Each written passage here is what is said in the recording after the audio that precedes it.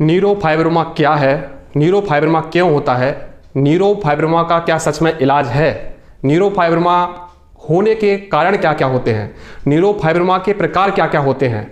दोस्तों बड़ा ही कन्फ्यूज़न फैला हुआ है, कहीं पर भी सटीक जानकारी नहीं है, लोग इलाज को ही बता रहे हैं कि नहीं है, लोगों के पास पूर्ण जानकारी ना होने के कारण से लोग सर्जरी करवा रहे हैं, लोग इसको कोई लोग इसको लीवर से जोड़ते हैं, कई लोग स्किन प्रॉब्लम से जोड़ते हैं, कई लोग जीन से जोड़ते हैं, जनरेशन से जोड़ते हैं। दोस्तों वीडियो थोड़ा लंबा हो सकता है, अगर आपको न्यूरोफाइब्रोमा है तो इस वीडियो को देखें, नहीं तो हट जाएं, क्योंकि आपके पल्ले शायद ये बात नहीं पड़ेगी और आपको समझ में नहीं आएगा ये सब चीज़ें। दोस्तों न्यूरोफाइब्रोमा को अगर हम अभी तक के विज्ञान ने जो रिसर्च किया है, अभी तक जो जाना है, उसके बारे में भी हम बात करेंगे। पूर्ण जानकारी अभी है इसके बारे में कि नहीं है, रिसर्च अभी क्या क्या चल रहे हैं, आयुर्वेद क्या बोलता है और एक्सपीरियंस क्या बोलता है। दोस्तों जैसा कि आप जानते हैं कि मैं न्यूरोफाइब्रोमा पर, लिपोमा पर, सिस्ट पर बेसिकली ज़्यादा काम करता हूं, तो इसके एक्सपीरियंस मैंने ज़्यादा लिए हैं और आप लोगों के साथ में अपने एक्सपीरियंस अनुभव ही ज़्यादा शेयर करता हूं। हालांकि इन्फॉर्मेशन मैं जगह जगह से लेता रहता हूं, जगह जगह पढ़ता रहता हूं, डिफरेंट क्लासेस, बुक वगैरह, डॉक्टरों से चर्चा करता रहता हूं, लेकिन मैं बात मानता हूं एक्सपीरियंस की, जो हमने एक्सपीरियंस में देखा है। दोस्तों विज्ञान अभी तक जो बताता है वो बताता है कि न्यूरोफाइब्रोमा के 2 टाइप हैं। न्यूरोफाइब्रोमा जेनेटिक म्यूटेशन के कारण होता है, मतलब आपके जीन में, आपके पारिवारिक सिस्टम में कुछ चेंजेस आ जाना, आपके बच्चे जो होंगे उनकी जनरेशन में कुछ परिवर्तन आ जाना, उसको हम जनरेशन म्यूटेशन बोलते हैं।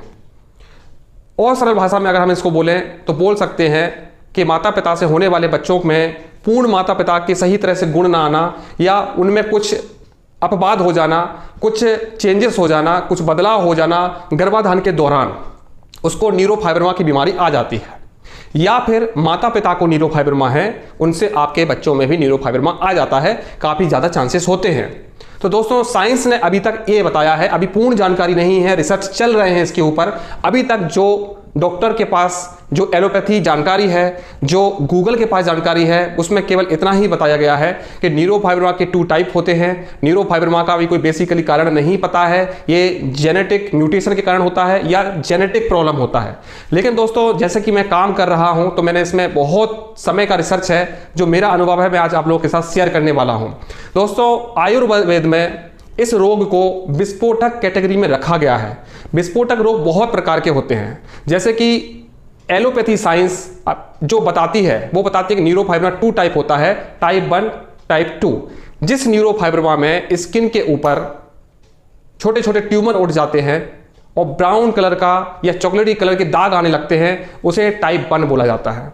उसी प्रकार न्यूरोफाइब्रोमा टाइप 1 के साथ साथ कहीं कहीं पर ट्यूमर बन जाना, जैसे कि आंख में ट्यूमर बन जाना, नाक में ट्यूमर बन जाना, दिमागी रूप के अंदर से ट्यूमर बन जाना, आंख के अंदर से ट्यूमर बन जाना, या किसी मांस के हिस्से में नई ग्रोथ आ जाना, उसको टाइप 2 बोला गया है। दोस्तों वैसे टाइप 1 टाइप 2 बोलने का कोई मतलब तो है नहीं, क्योंकि मिली जुली कंडीशन है, बस ज़्यादा मांस बढ़ गया, गांठ बन गई, तो उसको टाइप 2 बोल रहे हैं। लेकिन दोस्तों इसके बहुत प्रकार हैं। इसके अगर हम डिटेल में जाएंगे तो न्यूरोफाइब्रोमा बहुत प्रकार का होता है। जैसे कि आप अगर गूगल में जाएंगे और न्यूरोफाइब्रोमा के टाइप या पेशेंट डालेंगे तो बहुत प्रकार के पेशेंट आएंगे आपके पास। जैसे कि ओवर ग्रोथ जो होता है वो ट्यूमर के रूप में होता है, उसको भी हम जब अलग अलग पैथो लैब में जांच करवाते हैं तो कोई उसको लाइपोमा बोलता है, कोई न्यूरोफाइब्रोमा बोलता है। हमने ऐसे भी पेशेंट देखे हैं जो दोनों प्रॉब्लम उनके बॉडी में होती है, लाइपोमा भी होता है और न्यूरोफाइब्रोमा भी होता है। कई लोग तो ऐसे भी होते हैं जिनको लिपोमा भी है, पहला प्रकार भी है, दूसरा प्रकार भी है, न्यूरोफाइब्रोमा टाइप 1 भी है, न्यूरोफाइब्रोमा टाइप 2 भी है, मतलब उनको बड़े बड़े ट्यूमर भी है, जिनकी आंख बंद हो गई है और नाक बंद हो गई है और पूरी बॉडी में टाइप 1 की तरह दाग और छोटे छोटे ट्यूमर स्किन के ऊपर जो आते हैं वो है। दोस्तों नर्व में उगने वाला ट्यूमर न्यूरोफाइब्रोमाटोसिस कहलाता है, साइंस ऐसा बोलती है। दोस्तों मैंने देखा है कि न्यूरोफाइब्रोमा जब आपको होता है तो मैंने देखा है कि जेनेटिक मतलब पारिवारिक तो होता ही है, लेकिन जिन लोगों के परिवार में ये प्रॉब्लम नहीं है, अगर बच्चे को हुई है तो उनके भी कुछ कारण देखे गए हैं। जैसे कि मैंने ऐसे पेशेंट को देखा है कि इन लोगों की लीवर डिसीज इन लोगों को होती है, इन लोगों की पित्त प्रकृति होती है, इन लोगों की स्किन जो इम्यून होता है वो थोड़ा सा गड़बड़ होता है।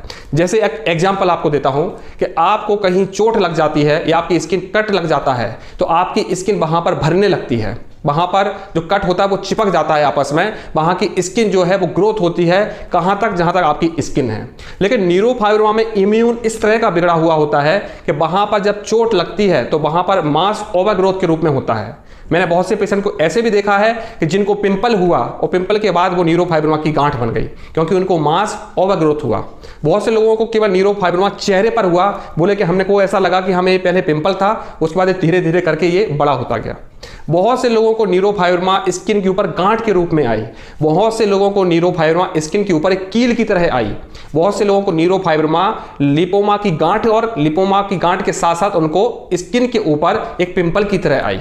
कई लोगों को ओनली चॉकलेटी स्पॉट जो होते हैं वही अकेला आया।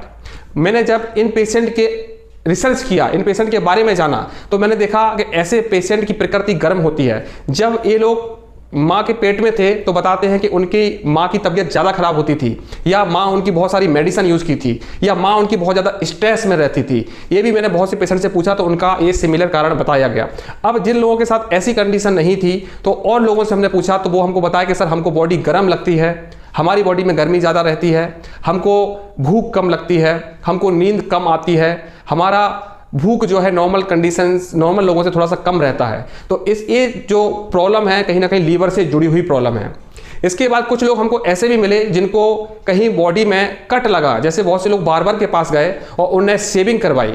शेविंग के बाद कराने के बाद उनके पूरा बियर्ड में छोटे छोटे न्यूरोफाइब्रोमा आए और वो बढ़ते चले गए और फिर धीरे धीरे उनकी बॉडी में भी हुआ। बहुत से लोग ऐसे भी आए कि उन्होंने बताया कि हमारा मैरिज के बाद हमने सेक्सुअल एक्टिविटी की, उसके बाद से हमारी बॉडी में इस तरह के दाने आने लग गए। तो ये भी एक कारण बताया गया है। अगर हम मोस्टली इन चीज़ों का एक पर्टिकुलर कोई कारण बोलें तो कारण बहुत सारे हैं। इन चीज़ों को आपको देखना होगा कि आपकी लाइफ में ऐसा क्या है। जिन लोगों को लाइपोमा के साथ अगर न्यूरोफाइब्रोमा हो रहा है तो वो लोग कहीं ना कहीं अपने खान पान पर गलतियाँ करते हैं, बहुत ज़्यादा अपनी लाइफ स्टाइल को बिगाड़ के रखे।